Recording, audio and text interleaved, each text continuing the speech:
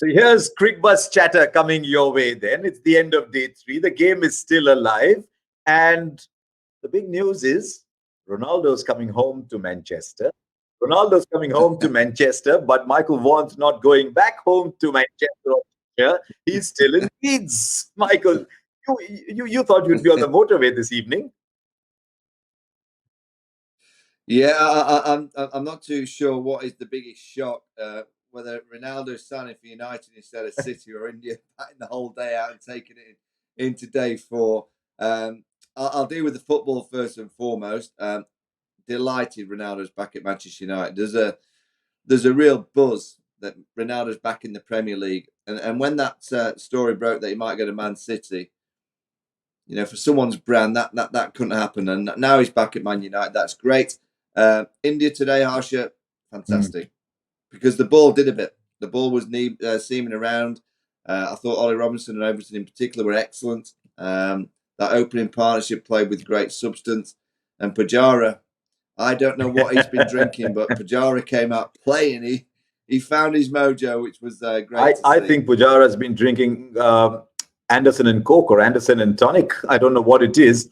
Because to be honest, I mean, I haven't seen him play with this kind of freedom. We've seen him play like this in domestic cricket, or we've seen him play like this once he's got to 40, 50. But there's something interesting. You mentioned the 2 openers. Rahul may not have made too many, but in that period before lunch, India got to 34. They played out 18 overs, made it easier for what was to come. So even though Rahul made 8, I was very, very impressed with Rohit Sharma again. But something very interesting happened once Pujara came in. And it's almost as if there was a peace treaty, there was a peace offering. And Anderson said, you know, I've got this reputation of being this cruel, mean guy. Here's first 15 runs for you. Shall we start negotiation after that? 15 runs on the pads. When was the last time you saw Anderson drifting onto the pads so much? Yeah, he had one of those days, Harsha, Jimmy Anderson. You don't see often, particularly in the UK, that he just didn't find his rhythm. He just didn't quite find his length. And I thought with Pujara in particular that I think he came out to bat with a freedom. I think probably said to himself, you know, I'm going to go and enjoy batting. And I'm going to stare at the ball and look to score. And he's never going to be reckless, but he just looked to score and he played conventional, hard cricket strokes. The flicks got him away on the onside. That's nice. You know, as a batter, under a bit of pressure, you get a few gifts. You've still got to be good enough to take them. But that puck shot, you know, the kind of Joe Root style shot through the offside was, you know, an early shot that I saw from Pujara that I thought, wait a minute, he's now looking for that, you know, not just leaving outside the off stump, he's looking to score. And then he played a beautiful drive off Craig Overton. I really enjoyed Pujara's innings because I just looked at a player that must be in his mind thinking, oh, what if I fail? And it just shows you that at this level, if you go out with a mindset, it's almost like, I wouldn't say he was on last chance saloon, but he was getting close. I think if you go out with that desperation, you know, I'm just going to enjoy batting and I'm going to look to score and see where it takes him. But it's taken him to 91 not out, and he played. I mean, I was there in Australia 2 tours ago when he played beautifully. And I thought he reminded us all that that's how he can play. And that's exactly how he should continue to play in his test career. Go out there, have a few, you know, he left good balls and he defended nicely, but just have that intent of scoring. I thought it was a very special innings from Pujara. You mentioned the drive, you mentioned the flick, you mentioned the back foot cut. You didn't mention the one shot that had all of us in our studio sitting up and saying, yeah, the pull shot at 50. And he said, right, Pujara is here.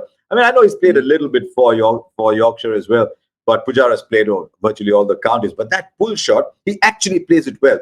And we were in Australia 2018. I think he played one of the test matches. He might have played those shots with the tail. I think he played. He got 100 on the last tour. He might have played a couple of those shots with the tail. He once hit a 6, and I didn't know who was more surprised, himself or the people in the change room. So I just think Pujara at 3 is just, when he's batting well, he's like an umbrella. He shields everybody else. So Pujara was good. I felt a little bit for Rohit Sharma today. I mean, and I want to get your perspective on it, Michael. Do you go through phases when you think, I've done all the hard work, now why is this happening to me? Because, I mean, there was 100 there, wasn't there? Yeah. My message to Rohit Sharma, just keep doing what you're doing. You know, he's playing well. He's playing nicely. I thought he had great tempo today. I thought he played with great control and defence, but also that mindset of, if you bowl a bad ball, I'm going to hit it to the boundary. I always look at batters that get out on the review. I know the umpire's finger went up and then he reviewed it, but it was a feather. You're talking millimetres. And I always find that, myself as an ex-batter, I think, that's a little bit unfortunate. He was a bit unfortunate, but he's playing well enough. He can't think about this overseas 100 too much. He's just got to keep going with the process. And if he keeps going with the process, I'm pretty sure over the next 2 weeks we'll see a Rohit Sharma Test match century. England, I thought, particularly Ollie Robinson, Harsha, I thought today Ollie Robinson was outstanding. Of all the England seamers, he just managed to just get that movement away into the right-handers, but with great consistency. 18 overs, 1 for 40. We've come to expect already in only 4 Test matches from Ollie Robinson, 4 Test matches that he's played. And he looks to me like he's bowling like someone that's played 30, 40 Test matches. He seems to be bowling and thinking like a bowler at this level that's played a lot more Test matches than 4, which is a great sign for England. I'll ask you a question, Harsha. Today I didn't get surprised that India fought back. You worked with Ravi Shastri as a commentator. You saw him as a player. Is this Ravi's kind of mentality that the confidence that he puts into these players that anything is possible? We saw that in Australia. We might be seeing it here in Leeds. We saw it at Lords. Is it the Ravi Shastri kind of management Ravi way? is a lot of bluster, and bluster not in a negative sense, because Ravi is always thinking, right, we can. Yes, we can. And see, I'm also starting to, my body language is resembling Ravi when I try to talk, and I try to talk like him as well. So Ravi is full of energy all the time. Pujara is a different kind of animal. Rahan is a very different kind of person to Ravi. But Ravi fills a room.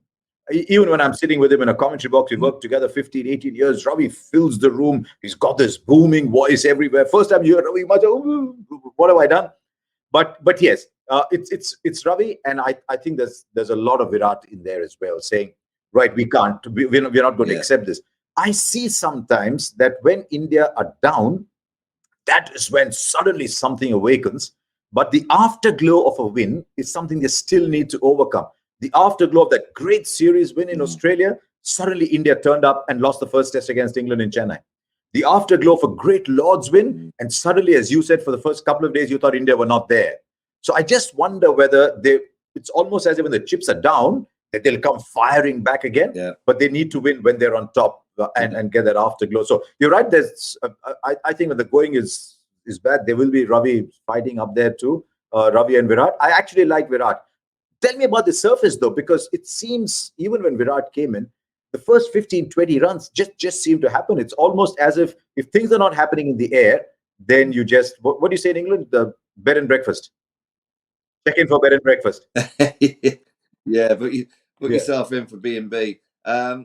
Look, the pitch is slowed down. I don't think there's any real pace. The odd ball bounces. There's a bit of spin. We saw that from the 2 off spinners that bowled tonight, Moeen Ali and Joe Root. There was a little bit of purchase there. The second new ball's the key. And that's why I thought Joe Root was quite smart tonight, getting through with the spinners. He knew that as soon as he got to 80, he was never really wanting to bowl tonight because he wants that second new ball in the morning. Yeah. We all know at Headley that the first hour of any day, there's always a little bit more moisture in the surface, just gathering around. And that second new ball, the first thing tomorrow morning, it's not going to be easy for the Indian players. And you generally always see a few wickets fall. But, what I will say, if India can nullify that first session and not lose too many, in the afternoon, it'll be absolutely fine for batting because the sun's going to shine. I know that's surprising. You're going to say, no, you're in lazy. But the sun's going to shine tomorrow. And in the afternoon tomorrow, it will be a nice time to bat. So if India can nullify that opening session, look, they're miles behind the game. And it's never been done before what India are being asked to do from this position. But if they can get through that morning session and just lose 1 wicket, I honestly think there's something that could happen at this test match. Because of the venue. Things happen at this venue, Harsha. I don't know what it is. Ben Stokes 19, Beefy in 81. Special things and silly things happen in the test format here at this venue. So it's that first session. Look, we know from cricket, it's possible that India will lose 2 and 3 quickly tomorrow morning, maybe 4 in the morning, and it's done. The game's gone. But if India can only lose 1 wicket in the morning session, they have a little sneaky sniff of doing something. I must confess, I was on air at one moment and I thought of you. And I'll tell you why I thought of you. Because Joe Root has come into bowl. He's not the number one spinner, right? Moeen Ali is the number one spinner. I actually thought Joe Root bowled better in a couple of overs than Moeen did. And he bowls one ball to Virat Kohli that goes between bat and pad just above the bails. And I thought Root is seen as the successor to Vaughan. Vaughan's made a living talking about the dismissal of Tendulkar. And I thought, sure as ever, Root is going to go on and say, I spun it in the gap and got Virat Kohli out. He actually bowled quite well. But you talked about spin. I mean, I come from a land of spin, so I don't always understand why England don't use Moeen Ali a little bit more. But that is where the game is. It's time to go into the hotspot.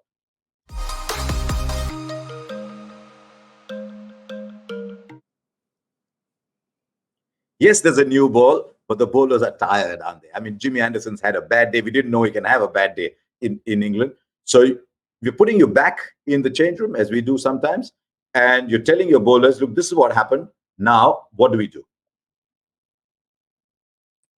That's simple. England have just got to stay true to what you require at Headingley. It's your 4th day. Obviously, on day 1, there's more swing. But on day 4, there'll be more seam. So you bowl full of length, just outside off stump. You bring the batter forward, Pujara, Virat Kohli, and you just stay patient on and around that line. You don't float it up there. You bowl with real intensity and intent. And you play the slip cord and you start with 3 and 1. So Pujara, you have a short leg because he plays with that kind of bat behind the pad. It might nip back and balloon in the air. Don't get too funky with your fields. Don't get too clever. Don't think that you have to go for short balls. It's just purely the basics of on and around off stump, full of length, and invite the drive. You invite the drive. You just say to the batter, go on, then try and drive down the ground. And again, it's just that intent that England will need of when you bowl full. It's not that little floaty stuff. It's like really bowling it into the surface, but full of length. Bring both of Kohli and Pujara forward, and things will happen without question. It will happen. But if you suddenly start getting a little bit panicky when they bat well for half an hour or 40 minutes, and you think, oh, we've got to go to the short theory, or we've got to go through a different kind of tactic, just stay dead simple. Basics at Headingley always work. I was going to ask you that. What if the new ball doesn't take a wicket? Will England suddenly start to get frustrated a little bit? Nasser said to us today that Jimmy Anderson is the kind of bowler who sets his plans and waits. He sets you up. He sets you up. Whereas he got the impression that today Anderson was going searching for wickets, trying to do almost too much too soon. I don't know. I mean, and Anderson's a Manchester boy, isn't he? Was he also looking to get tickets to a Ronaldo reception? You seemed in a bit of a rush. No, okay. I think we've leave. Yeah. He's a Burnley fan. He's not bothered about Ronaldo at United. Burnley. There's clubs everywhere. First time I went to England, I only knew the names of football clubs, and I was going by and I said, oh, there's this club, there's that club, because I could recognize the towns from the clubs that I knew of. Anyway, so that much for football. Let's go fast forward.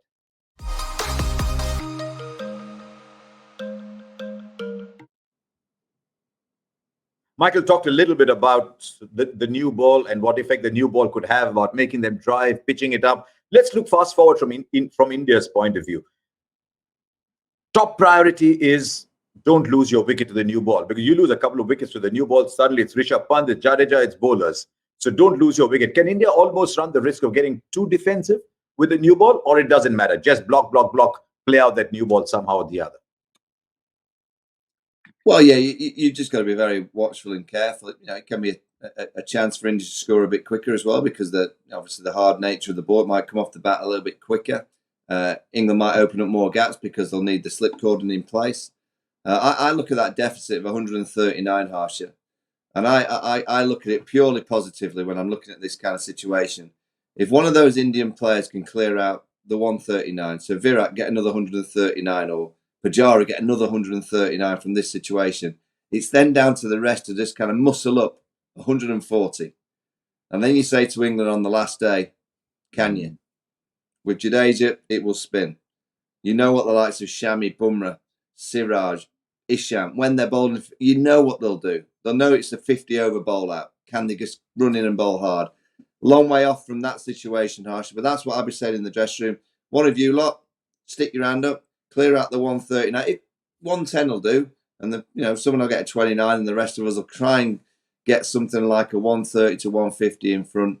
If India are still batting tomorrow night, and if they can bat all day, I keep saying it, this Headingley ground, I don't know what it's about, but we all feel it when we get to this venue. Strange things happen. It's like strange thing, and the impossible is always possible at this venue. I don't know why. I mean, the West Indies chased 320 odd. Sri Lanka won a last ball thriller, didn't they? When Anderson was caught fending, two balls left. Sri Lanka won that game. So yeah, all kinds of things happen at Leeds. India were bowled out back in 67, 160 in the first innings, came back, made 510 in the third innings. There you go. Tiger Padauri got 100 there. So you never know what can happen. What is true though is if India is batting at the end of the day, for Michael still in Leeds. He's not getting back yet. But we'll wait and see what happens. I think it's a fabulous day in prospect. Look up, see if the ball is swinging. The track is still the batsman's friend. We'll wait and see. Thank you very much to Michael Vaughan for joining us, and we'll be with you, Cricbuzz Chatter, at the end of day 4.